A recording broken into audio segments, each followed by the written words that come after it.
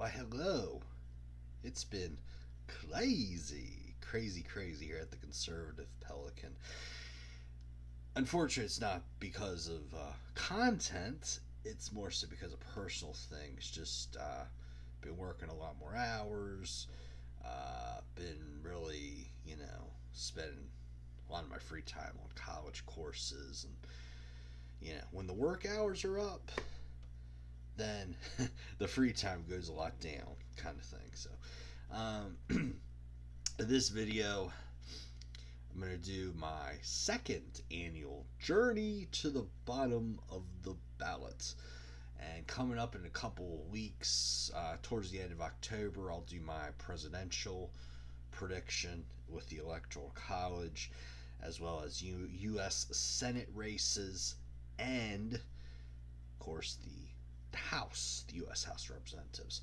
But for now, we'll take a journey to the bottom of the ballot. Now, what is the purpose of me doing this kind of video? Well, reason is, in an election year, the local media does a really good job of covering the president's race, the governor race, all the state races. Pretty much the Council of State doesn't get as much credit as it should, but local races, the state legislature, the county commissioner. But there are a lot of other races that are nonpartisan, or there are a lot of other races that have only one party on the ballot. So I decided 2 years ago to do a video and try to, let people know what happens if you get in a situation where there's only one party on the ballot. And this situation usually happens like this, where I'm a Republican, but you have 12 Democrats running for a district court seat, and they're all running with no Republican opposition on the ballot. So you got to vet those Democrats to see whether or not they're going to be okay at their job and not like radical leftists, like unfortunately a lot of the Supreme Court and the state judiciary is pretty radical, unfortunately. Then, of course, you have your bond referendums, your soil and water conservation, just all kinds of surprises once you get to the second page of your ballot. And look, it's a very, very important you finish the ballot. Especially at least the first page, because that's where all the judges for the state judiciary are. And here in North Carolina, over the last 7 years, we've tried to pass a voter ID law. And look, 30 some odd other states have had voter ID law for years, if not decades. But because it's North Carolina, the left wants to stop because they think we're some sort of battleground state or something. And, so voter ID passed the legislature back in 2013. Republican legislature, Republican governor got it through like that. However, the state Supreme Court, majority Democrat, kicked it back, overruled, a couple more court battles, and then in 2018, the Republican legislature said, oh, look, let's put it on the ballot as a constitutional amendment. And it passed with 57% of the vote. But still, some knucklehead in Wake County said, no, you can't do it that way. So now it kicked back to the court again. But then recently, the appeals court decided to say it's okay to have a voter ID amendment, but still, the ruling did not come down in time for this to be a requirement for the 2020 election. And it's likely going to get appealed again, just stuck in the muck and the mire and gumming up the courts, unfortunately. So anyway, let's get to our ballot here. We're on page 2, and just so you know, it is illegal for me to put a ballot on YouTube. It's also illegal under North Carolina state law for me to take a picture of a ballot. I can talk about the ballot, but no, I cannot do an actual video of an actual ballot. Just so you know, I can go to the prison for that. Okay, they're not gonna do it. Okay, so our first district court, these 12 Democrats running for North Carolina District Court are in District 18. These are all seats 3 through 14. First candidate up, we have Ashley Waddlin Sims. And looking at Waddlin Sims's background here, let's see, where am I going? Very, very solid. See, nothing really negative. Let's see. It says she was born and raised in Greensboro. Graduated locally here at Dudley High School. Then went to Western Carolina University, majoring in business administration and law. While in college, Ashley maintained full-time employment as a CNA, providing aid to the elderly and sick. During this time, she also maintained part-time employment as a nurse technician +3 at Wesley Long Community Hospital. At times, she balanced working a full-time job, part-time job, and work-study job while in college, taking the maximum credit hours allowed. Some weeks, she worked over 60 hours and still graduated with her undergraduate degree in 3 years. Maintained above 3.0 GPA. So that means right there she's a hard worker. It's a very, very good thing in my opinion.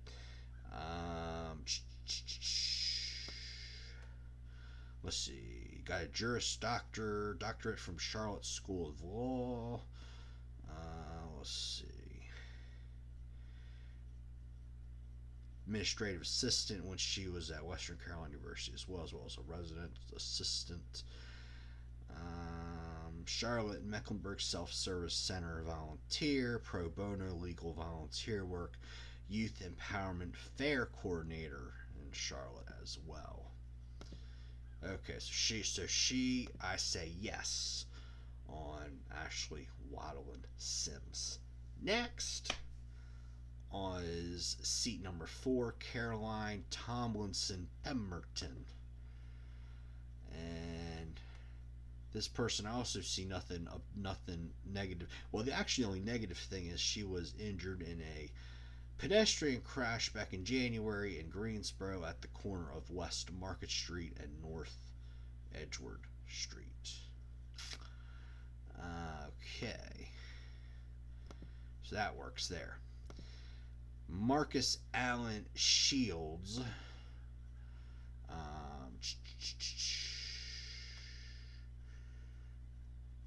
Got a bachelor's arts degree in experimental psychology. Wow, that's a pretty uniquely titled major. That degree is from University of South Carolina. Juris Doctorate from North Carolina Central University School of Law. Marcus is licensed to practice law in all state and federal courts in North Carolina. Everything's looking good until I get to off the bench paragraph. Marcus is a member of the North Carolina Democratic Party. Yeah, that I'm sorry, just can't vote for him on that grounds. You know, judges should be, even though they're technically they run as partisan, they should be as unpartisan as possible when you're, for a judicial position, in my opinion. Okay, so no on Marcus Allen Shields. Then we got Michelle Fletcher. There was nothing. There's very little information on Mrs. Fletcher, but nothing bad. Angela C. Foster.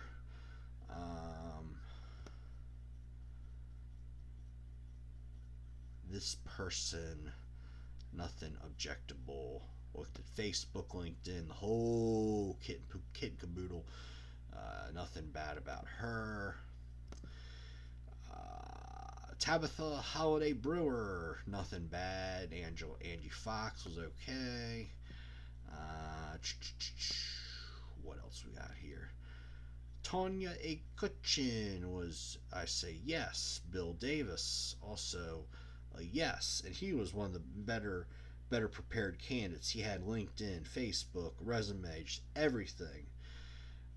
Kelvin Smith, yes. Brian Tomlin is a yes. He has,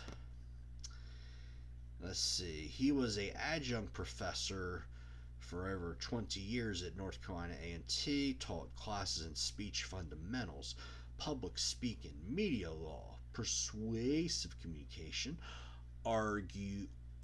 argumentation and debate, bargaining and negotiations, and news writing. Also spent 4 years as an adjunct professor at the Jack Welch Management Institution. I did not know there was such a thing as that. Pretty cool. That was in Northern Virginia. He taught business communications and ethics classes for MBA students. MBA, Master's of Business Administration, not basketball players, y'all. Deputy county attorney here in Guilford County for the last 7 years. District court judge for the last year and a half. Very well qualified as Mr. Brian Tomlin. And then we have Teresa H. Vincent. I saw nothing bad about her.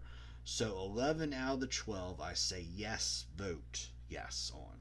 The only one I say no and is to leave blank is Marcus Allen Shields, again because of his embracement of the Democratic Party. Now, all of these candidates are technically Democrats, but I say they're okay as long as they're not out front about it. As long as they act like they're running for a judicial seat and not a political seat. Then I say okay. So after that we have county offices. We have a Republican running, Jim Davis, yes.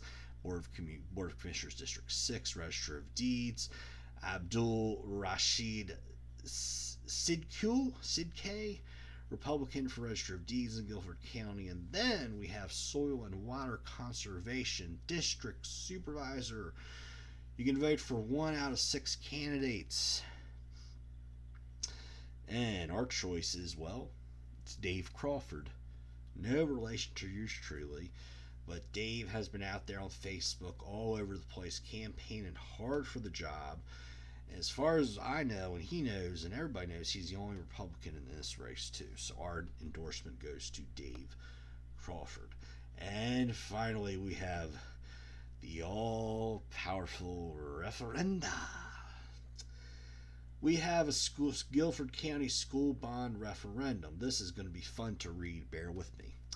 Shall the order authorizing $300 million of bonds secured by a pledge of the faith and credit of the County of Guilford to pay capital cost of providing school facilities, including the acquisition and construction of new school facilities, the improvement and expansion of existing school facilities, and the acquisition and installation of furnishings and equipment, and the acquisition of interested real property required therefore, and a tax to be levied for the payment thereof be approved. So in normal terms, Guilford County is asking whether or not do you, the taxpayers, citizens of Guilford County, approve of us spending $300 million to improve schools in the county. And remember, if you vote yes, they're going to spend $300 million. However, in a few years, there's going to be a bill coming due, a bill coming due to the taxpayers for this, and your taxes are going to go up. At least your property taxes will. This one, I gotta say no to. I think there's just a lot of things that the county, more specifically the city council, spends money on that really they should cut back on. One is spending for nonprofit organizations. These nonprofit organizations, at least once a year, they come to city council lined up. City council like Santa Claus. They give them just whatever, 10,000, 100,000, $1 million, a couple million for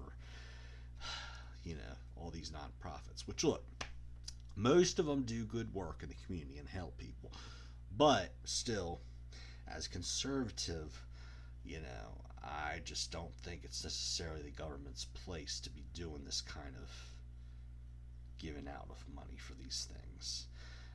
The role of government and government spend should be very limited. Okay, and then finally we have a tax question.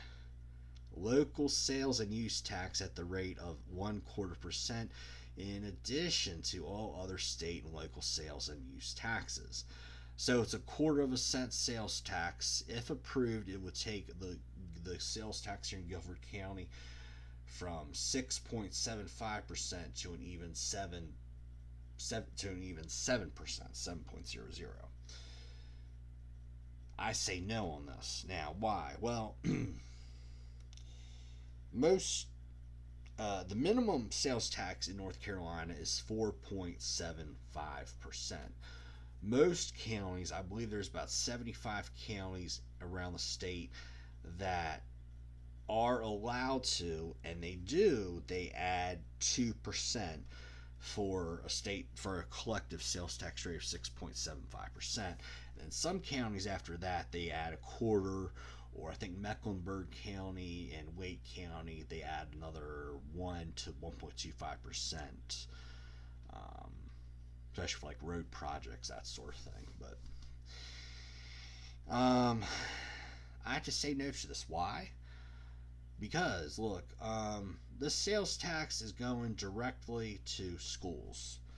So, in other words, the county government is trying to get people to double tax themselves, right?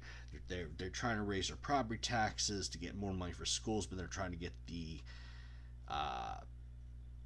people like me who don't necessarily pay property taxes. I mean, well, rent, but you know what I mean. Just people that don't own homes yet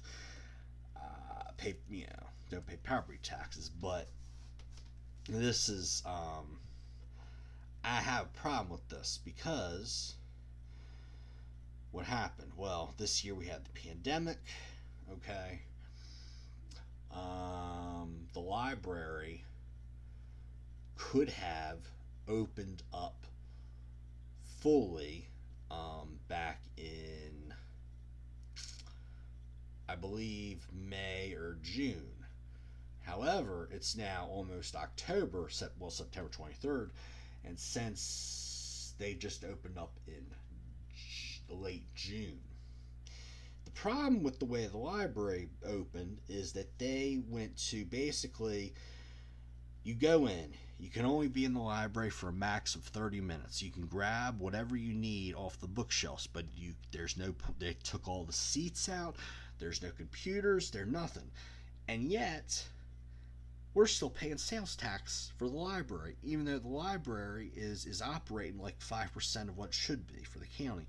And also, I hear all these stories about working class families who can't afford to buy computers for their kids. Yet, if the library is open, library's open at 100%, this will not be a problem, So, it's like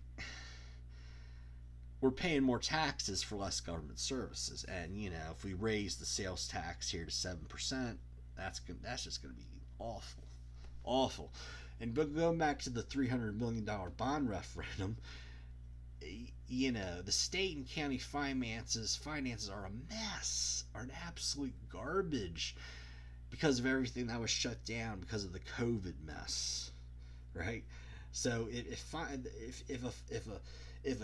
a government's finances are out of whack already, is it smart to make them more out of whack by loading more debt, aka a bond referendum, onto them? No, it's not. Absolutely not. So definitely vote no on both of the referendi. Let's see, which is damn computer. Okay, here we go. Blah, blah, blah, blah. Okay. Vote no on the Guilford County school bond referendum, and vote no, hell no, on the Guilford County local sales and use tax. All right, well, that's it for this journey to the bottom of the ballot 2020 edition. I hope you've enjoyed it, and I will talk to y'all a little bit later, okay? Bye bye.